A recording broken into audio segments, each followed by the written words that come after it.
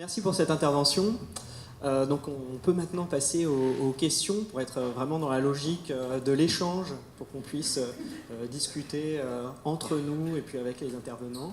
Alors pour la première question, j'avais une proposition, on en a discuté un petit peu avant, d'une militante, Monique Ollier, qui va nous parler un petit peu de son expérience de militante auprès des migrants à Stalingrad et sur cette mobilisation citoyenne qui s'est créée spontanément à Stalingrad. Oui, bonjour. Mon nom a peu d'importance aujourd'hui. Je me sens plutôt citoyenne et simplement habitante du 19e. Je fais partie d'un petit collectif, enfin petit qui est devenu grand, puisqu'on est 174 maintenant, et on a servi entre 500 et 900 petits déjeuners chaque matin, quai de Loire, dans le 19e. On en sert encore entre 40 et 60. Moi, je voulais simplement témoigner parce que je suis saisie d'un double questionnement récent et qui m'embarrasse un petit peu. Jusqu'à maintenant, la mobilisation citoyenne, la solidarité citoyenne était assez peu mentionnée. Et effectivement, comme vous le faisiez remarquer, on était plutôt dans la tension, ceux qui ont envie d'aider et ceux qui, face à l'impuissance, préfèrent la colère ou la peur, en quelque sorte, et puis l'accrochent facilement au racisme, à la xénophobie, enfin, je vous laisse choisir. Le questionnement, c'est que récemment, il me semble que cette solidarité citoyenne, elle est attendue, voire sollicitée. Donc moi, je voudrais évoquer une autre tension. Malheureusement, je crois qu'on est obligé de dire qu'elle est peut-être d'ordre politique, même si je ne souhaite pas la poser sur ce plan-là. C'est la tension qu'il y a entre le droit, effectivement, et les moyens que l'État met en œuvre pour le faire valoir. Donc ma question, elle est double. Un, quelles sont les conditions, je dirais, minimales et suffisantes que l'on doit fournir en quelque sorte aux nouveaux arrivants? Et là, je fais un petit peu allusion aux conditions dans lesquelles les centres d'accueil et d'orientation sont organisés en France, en région. Les témoignages que l'on peut avoir pour l'instant sont extrêmement variables. C'est-à-dire que tous les centres d'accueil et d'orientation ne sont pas ouverts, et ceux qui sont ouverts, certains proposent, je dirais, un service complet, d'autres sont un peu plus déficients.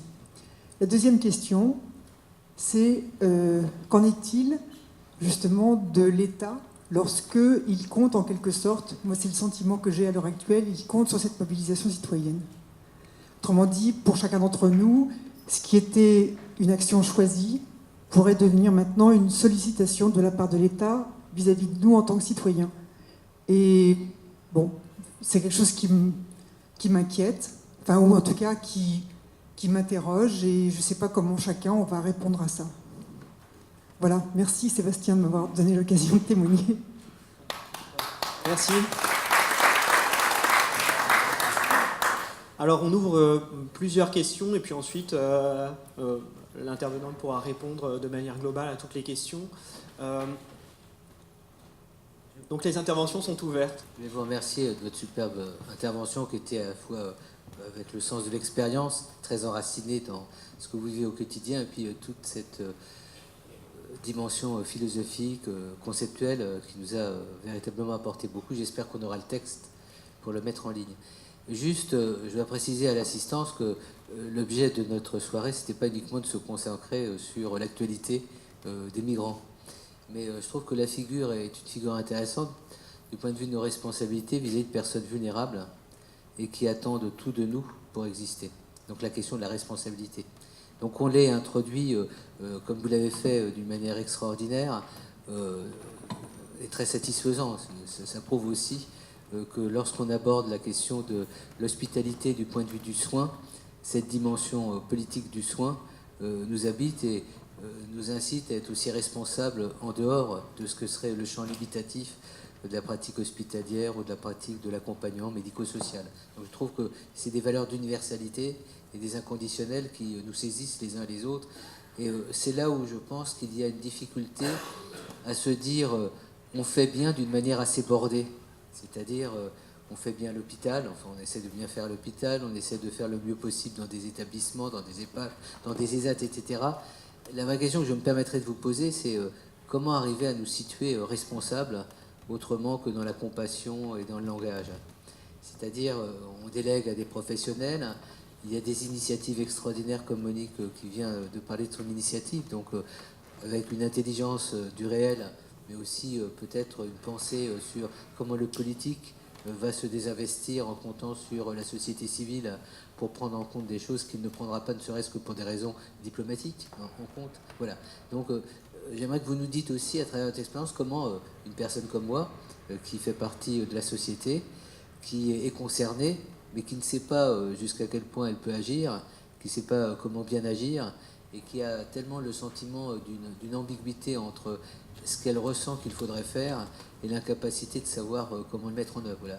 C'est un petit peu aussi ce qui nous saisit, parce que on est assez, comment dirais-je, malmené par le sentiment d'une impuissance et une mise en cause de toutes les valeurs dont on devrait être porteur démocratiquement. C'est-à-dire, il y a une insulte qui est faite à notre démocratie dans notre incapacité d'agir, notamment sur les causes de ce mouvement migratoire qui aboutit à ces barbaries.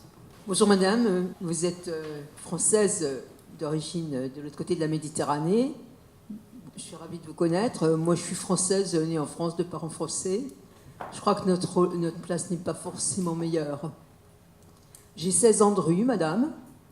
J'ai travaillé plusieurs dizaines d'années, j'ai payé des impôts, des cotisations sociales, et j'ai droit à 2 mètres carrés de carton ondulé sur le bitume entre 22h et 7h du matin. Sachez cacher ces pauvres que l'on ne saurait voir. Des riches et des pauvres, il y en a dans tous les pays. Il y a des endroits où on a des bidonvilles. Au moins, ça nous préserve un petit peu d'intimité. Les gens, la nuit, mal intentionnés, ne viennent pas pisser sur nous ou nous accabler de leur regard lubrique. En France, si, parce qu'un bidonville, c'est pas beau. Les traitements inhumains et dégradants, ça s'appelle de la torture en France. C'est aussi dans la Convention de Genève qui a été citée. Comment peut-on appeler ça?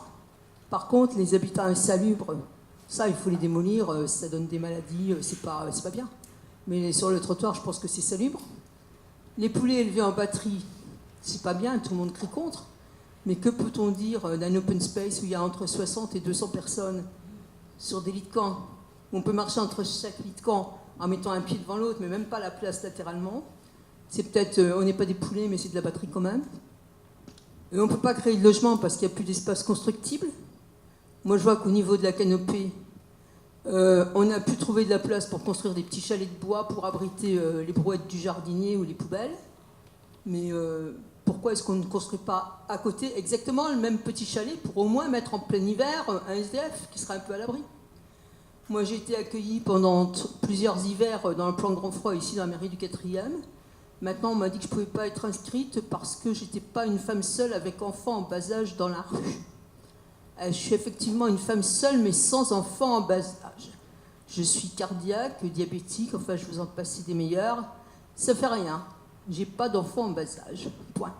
Donc, moi, je pose la question de la valeur humaine, parce que quand une brouette de jardinier ou une poubelle a plus de valeur qu'un SDF, qu'il soit français ou pas français, madame, je crois qu'on peut se serrer la main.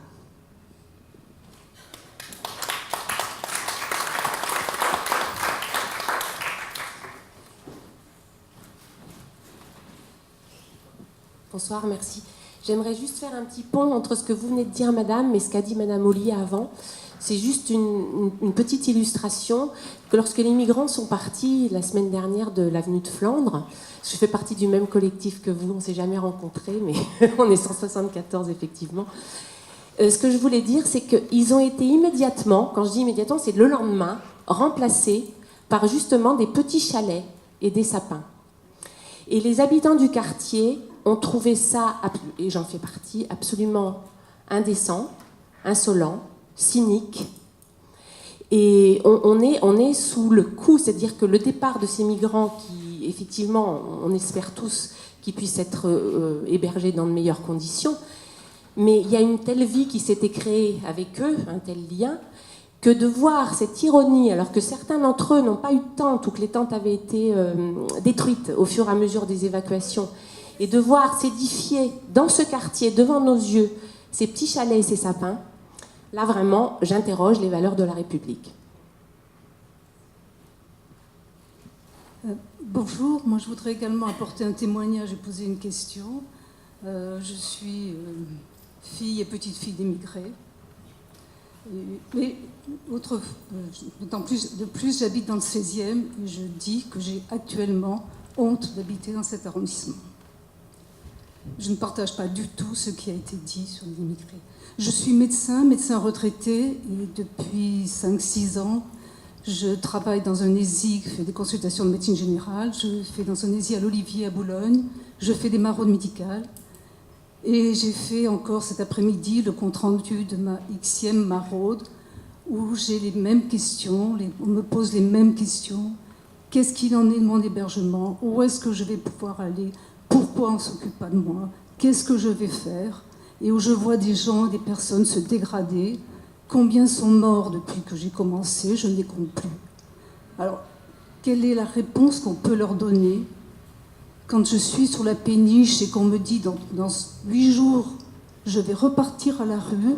Docteur, vous ne pouvez pas essayer de m'aider un petit peu? Alors j'essaye un petit peu de trouver une pathologie, mais pour combien de temps? Qu'est-ce que je peux leur dire?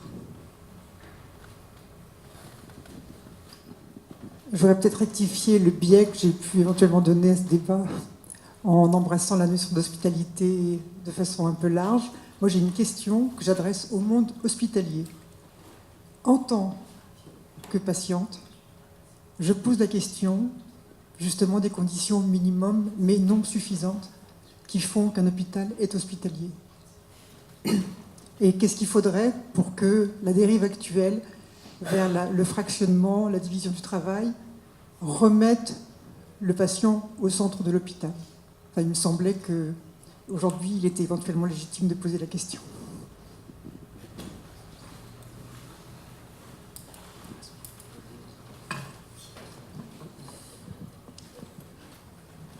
Les questions que vous posez sont désarmantes parce qu'il n'y a pas de réponse simple aujourd'hui. La tension au niveau de l'Île-de-France, sur les places d'hébergement, c'est une catastrophe. On est aujourd'hui, par rapport à l'année dernière, on était à 1052 places sur Paris. On est aujourd'hui à 700. Dernière réunion que j'ai faite lundi. Donc on ouvre, voilà, on est dans la recherche perpétuelle d'espace. J'ouvre là un centre, je vais en ouvrir 4. J'ouvre un centre, pareil, on récupère des logements vides. Donc le bailleur de la Sablière, ICF, a des logements qui étaient murés. Donc les bailleurs ont été réunis, on leur a demandé, là la situation est catastrophique, est-ce que vous avez des locaux vides, des logements vides?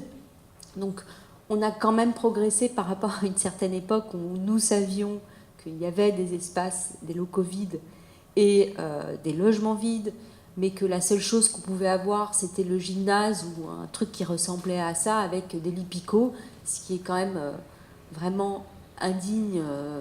Voilà, je veux dire, dans le contexte français aujourd'hui, c'est inacceptable, c'est inadmissible. Donc on a un petit peu évolué dans le sens où on peut effectivement maintenant obtenir ces logements. Donc c'est des logements, c'est des T2, des T3 qu'on réhabilite. Là, ICF, c'est ça. Je récupère un garage rue de Constantinople, dans le 8e arrondissement. Une ancienne CPAM. Il y a un truc drôle, moi ça me fait rire, mais on avait récupéré pour faire un CHU une ancienne gendarmerie. On a récupéré, quand je dis récupéré, c'est un bail temporaire, hein, toujours, mais c'est toujours ça peut aller de 6 mois à 2 ans, 3 ans. Saint-Vincent-de-Paul, où on a plusieurs hébergements d'urgence, mais aussi des activités avec des artistes, etc. Et alors, c'est vrai que nous, on le fait parce qu'on se dit, on a une mission faut qu'on trouve un espace. Alors, on est un peu un peu rigide là-dessus, un peu obsessionnel. C'est dès qu'on passe devant un immeuble, est-ce que c'est vide, est-ce que c'est... Voilà, donc on est en perpétuel, donc on regarde la ville autrement. Ce que je ne faisais pas avant. Regarder la ville autrement. L'espace disponible. et aussi l'espace à partager. Parce que quand on installe un centre d'hébergement, on ne peut pas le faire sans les habitants. On a d'ailleurs dans le 16e arrondissement, ça n'a jamais été dans le 10e. Je participe à tous les conseils de quartier, quand je peux évidemment, et quand je suis invitée.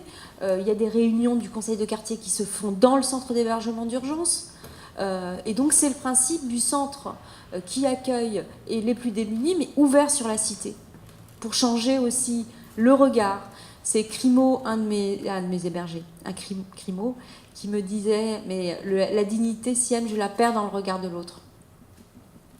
Mais moi, je ne peux pas changer ce regard-là à votre place. Il faut que Crimo soit là, il faut que ça se rencontre, il faut que ça échange, il faut que ça mange ensemble, il faut que ça se sente. Et là, on construit aussi peut-être une manière de vivre ou de partager l'espace et ces espaces disponibles, ces espaces communs, autrement. Il n'y a pas aujourd'hui de réponse qui nous viendrait du passé, je pense. Je pense qu'on est en train d'inventer aussi des espaces démocratiques et qui doivent être démocratiques. C'est pas parce qu'on dit qu'ils sont démocratiques qu'ils le sont. Par exemple, on a l'obligation de mettre, depuis la loi 2002, en place des conseils de la vie sociale. L'obligation, c'est effectivement une réunion une fois ou 2 fois par an. La réalité, c'est qu'on a aussi besoin, dans notre travail dans le quotidien, avec les résidents, qui peuvent être des migrants pour certains sites, qui peuvent être des femmes isolées, qui peuvent être des familles, un espace démocratique. Et là, c'est la prise de risque aussi. Pourquoi ? Parce qu'en fait, qui dit espace démocratique dit égalité. La parole de l'autre, elle vaut la mienne. Donc on peut aussi me remettre en question. Ben oui. Et pourquoi on ne me remettrait pas en question ? Vous faites très bien, vous pouvez me critiquer, c'est le débat, etc. Vous pouvez vous mettre en colère, vous avez le droit aussi. C'est l'espace démocratique. Ça ne veut pas dire qu'on ne veut pas aller prendre des coups après. Et bon, c'est pas... L'espace démocratique, on l'a perdu aussi en France parce qu'on a réservé ça à des espaces bien précis qui étaient l'espace des partis. Je pense qu'il y a besoin de réinvestir et de tricoter cette autre chose. On ne peut pas aujourd'hui s'adosser à un système qui est, à mon avis, en perte de vitesse, et on le voit bien. Moi, c'est ma position. Je pense que par rapport à de nombreux... quand on vous dit... C'est comme si, en vous écoutant, qu'on a l'impression qu'on est dépossédé de cette liberté d'agir, de dire et de se faire entendre. Et non, personne ne nous dépossède de ça. Personne. Il n'y a personne qui vient vous taper à votre porte, oui, mais vous ne pouvez pas faire ci. Non. La question, c'est l'organisation. Moi, je faisais partie d'une association. Figurez-vous qu'elle a été expulsée, ni pute ni soumise, a été expulsée de son local. Alors, c'est quand même assez drôle. Hier. Donc, voilà. Pour vous dire que les temps changent. La rare association, excusez-moi, qui s'est quand même, moi je l'ai fait, qui a mouillé ma chemise sur les questions de violence faites aux femmes dans les quartiers, mais aussi sur les questions d'islamisme et de la montée des radicaux dans nos quartiers, pas simplement en France, aussi en Europe, je trouve que c'est quand même gonflé. Donc, il n'y a rien qui est acquis. Voilà. Donc, c'est aussi, peut-être, il y a d'autres formes. Moi, je ne m'arrête pas. J'ai mené des combats. J'ai gagné des batailles, on a gagné des batailles, mais il y a aussi une réalité nouvelle qui est là et il faut peut-être, et vous parliez des attentats, il faut peut-être imaginer une autre manière sur nos bases de vivre ensemble, de cohabiter dans des espaces partagés. On a besoin d'architectes, on a besoin que les architectes travaillent avec les sociologues, avec les médecins, pour penser aussi les espaces de vie, qui soient effectivement des espaces où les gens prennent le temps de se remettre, mais aussi déjà penser l'après. Et puis arrêter... Alors moi, j'ai aussi une question sur... je ne comprends pas comment on peut avoir une présence aussi importante. Je suis écologiste dans l'âme, je pense, en tout cas l'écologie politique. Je ne comprends pas pourquoi on n'arrive pas à aussi se réapproprier nos campagnes. pourquoi on concentre de manière mais complètement, délirante, une population autour des métropoles. J'ai posé la question, on m'a répondu que c'était une question de financement et que c'était là où il y avait les financements. Je vous parle de ces sujets parce qu'on a sorti j'ai peut-être pas répondu à toutes vos questions, j'en suis désolée. On a édité un petit bouquin qui est le fruit de conférences sur les mouvements migratoires, une histoire française, donc avec Smaïn Lacher. Donc j'en ai quelques-uns pour ceux qui veulent discuter avec moi, j'en ai quelques-uns ici. Je pense que la question du rapprochement de l'emploi et de l'hébergement est importante, mais que le territoire français est très beau, très grand, qu'il y a des besoins partout. On travaille notamment avec des maires dans des villes en Auvergne pour répondre à la question de l'ouverture des CADA, c'est compliqué, etc., du temps.